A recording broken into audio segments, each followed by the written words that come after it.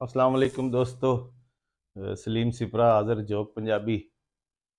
ते अज दी जिहड़ी ये वीडियो है ये सिर्फ मेरे देश दे चनियोट दे किसानां दे नां है और उन्हां जवानां नूं किसानां नूं सलाम है जिहड़े मिल माफिया के खिलाफ डट गए ने।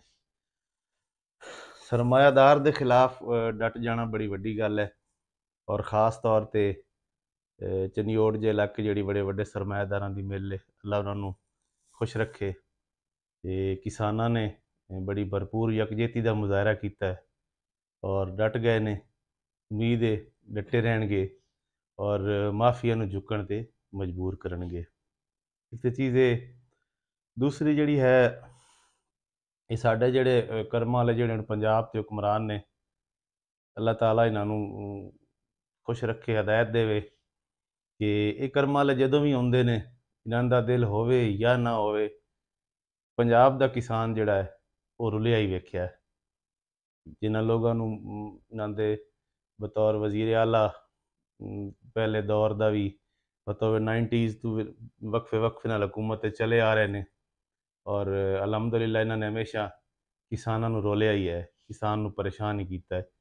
इहदी बड़ी बहुत सारी वजूहात ने और किस तबके उन्होंने खुश किया है, इस ते बड़ी लंबी चौड़ी बहस हो सकती है। ते ये जदों ही आए ने इन्हां ने किसान नूं परेशान ही किया है, किसान नूं इन्हां ने दबा के ही रखिया है। किसान जिहड़ा चीज़ समझ नहीं आउंदी कि किसान जिहड़ा रीढ़ दी हड्डी है। किसान कोल पैसा आएगा तो तुहाडी मार्केट भी चलेगी, तुहाडे बाज़ार 'च भी रौनक होएगी, तुहाडे कारोबारी दा काम भी चलेगा। तुसीं आप वेख लो कि पिछले कुछ अरसे तो जदों दा किसान ते ज़वाल आया है गंदम दी, कणक दी फसल तो लैके ते तुहाडे बाज़ार ही वीरान पए ने, मार्केटां वीरान पईआं ने, कोई उहदे विच एक्टिविटी नहीं नज़र आंदी। ते उस तो अगे जिहड़ा हुण जुल्म कीता साडे ते ज़मींदारां ते किसानां ते कि ज़रई टैक्स लाण आला और अच्छी खासी जिहड़ी है रकम इन्हां टैक्स 16% शायद, और ढेर सारा टैक्स है जिहड़ा ज़मींदार पहले ही बेचारा पिसिया पिया है। ब्लैक च महंगी DAP लैके और वो भी 2 नंबर लैके, यूरिया 2 नंबर लैके, फिर पैस्टीसाइड दी जिहड़ी माफी है, अंधाधुंध उड़ांदा स्प्रे करके, और ज़मींदार बेचारा 16% टैक्स कित्थों देगा। ते बिल्कुल किसानां दी मौत जिहड़ी है ਉਹ उसदा समान पैदा कर रहे ने, लेकिन किसानां दा नहीं, ये पूरे मुल्क दी एक किस्म दी तबाही दा सबब बना रहे ने। क्योंकि ਜਦੋਂ ਤੁਹਾਡੀ ਬੁਨਿਆਦ ਹੀ ਕਮਜ਼ੋਰ ਹੋ ਜਾਏਗੀ, ਰੀੜ੍ਹ ਦੀ ਹੱਡੀ ਤੁਹਾਡੀ ਕਮਜ਼ੋਰ ਹੋ ਜਾਏਗੀ ਤੇ ਬਾਕੀ ਸਿਲਸਿਲਾ ਜਿਸਮ ਦਾ ਕਿੱਥੋਂ ਚੱਲੇਗਾ।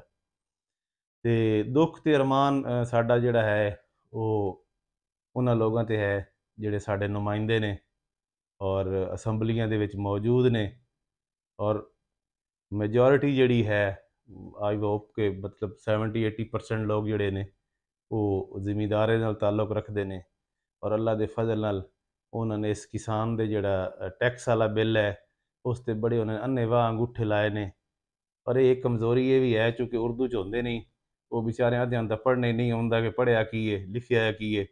ਜੋ ਉਹਨਾਂ ਨੇ ਕਹਿ ਦਿੱਤਾ ਕਿ ਜਿਸ 'ਤੇ ਅੰਗੂਠਾ ਲਾ ਦਿਓ, ਉਹ ਸਾਡੇ ਨੇ ਲਾ ਦਿੱਤਾ। ਉਹ ਆਪਣੇ ਆਪ 'ਤੇ ਲਾਗੂ ਕਰਾ ਲਿਆ। ਹੁਣ ਇਸ ਸਾਰੇ ਮਾਮਲੇ ਦੇ ਵਿੱਚ ਜਿਹੜਾ ਸਭ ਤੋਂ ਜ਼ਿਆਦਾ ਪਰੇਸ਼ਾਨ ਹੋਏਗਾ, ਉਹ ਹੋਏਗਾ ਛੋਟਾ ਕਿਸਾਨ। ਜਿਹੜਾ ਸਭ ਤੋਂ ਜ਼ਿਆਦਾ ਸਫ਼ਰ ਕਰੇਗਾ, ਛੋਟਾ ਕਿਸਾਨ ਕਰੇਗਾ।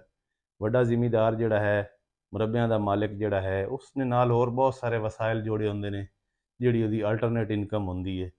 ਲੇਕਿਨ ਜਿਹੜਾ ਗਰੀਬ ਕਿਸਾਨ ਹੈ, 5 ਏਕੜ ਵਾਲਾ, 10 ਏਕੜ ਵਾਲਾ, 15 ਏਕੜ ਵਾਲਾ, ਉਹ ਵਿਚਾਰਾ ਪਿਸੇਗਾ। ਤੇ ਇਹ ਸਾਡੇ ਨੁਮਾਇੰਦੇ ਜਿਹੜੇ ਨੇ ਚਨਿਓਟ ਦੇ ਖ਼ਾਸ ਤੌਰ 'ਤੇ ਉਹਨਾਂ ਨੂੰ ਵੀ ਸੋਚਣਾ ਚਾਹੀਦਾ ਹੈ ਕਿ ਨੁਮਾਇੰਦਗੀ ਅਗਰ ਤੁਸੀਂ ਸਾਡੀ ਉੱਥੇ ਨਹੀਂ ਕਰਨੀ, ਸਾਡੇ ਇਸ਼ੂਜ਼ 'ਤੇ ਤੁਸੀਂ ਨਹੀਂ ਬੋਲਣਾ, ਸਾਡੇ ਮਸਾਇਲ 'ਤੇ ਉੱਥੇ ਨਹੀਂ ਬੋਲਣਾ, ਤੇ ਫਿਰ ਅਸਾਂ ਤੁਹਾਡਾ ਕੀ ਕਰਨਾ।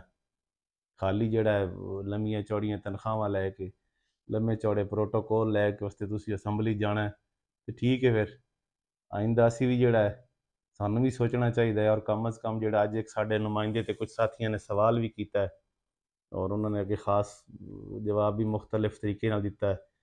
ਕੁਝ ਕਿਸਾਨਾਂ ਨੇ ਸਵਾਲ ਕੀਤਾ ਹੈ ਕਿ ਸਾਡੇ ਨਾਲ ਤੁਸੀਂ ਆਓ, ਸਾਡੀ ਮਦਦ ਕਰੋ। ਖੈਰ ਉਹਨਾਂ ਦਾ ਜੋ ਵੀ ਮਸਲਾ ਸੀ ਉਹ ਸਿਆਸੀ ਉਸ ਦੀ ਜ਼ਾਤੀਆਤ 'ਤੇ ਨਹੀਂ ਜਾਂਦੇ ਅਸੀਂ, ਲੇਕਿਨ ਬਹਰਹਾਲ ਨੁਮਾਇੰਦੇ ਜਿਹੜੇ ਸਾਡੇ ਹਨ ਉਹਨਾਂ ਨੂੰ ਸਾਡੇ ਨਾਲ ਖਲੋਣਾ ਚਾਹੀਦਾ ਹੈ ਔਰ ਇਹ ਜਿਹੜਾ ਸ਼ਊਰ ਬੇਦਾਰ ਹੋ ਰਿਹਾ ਸਵਾਲ ਕਰਨ ਦਾ, ਇਹ ਸ਼ਾਇਦ ਆਇੰਦਾ ਇਲੈਕਸ਼ਨ ਦੇ ਵਿੱਚ ਸਾਡੇ ਇਹਨਾਂ ਨੁਮਾਇੰਦਿਆਂ ਨੂੰ ਬਹੁਤ ਜ਼ਿਆਦਾ ਮੁਸ਼ਕਲਾਤ ਦਾ ਸ਼ਿਕਾਰ ਕਰੇਗਾ।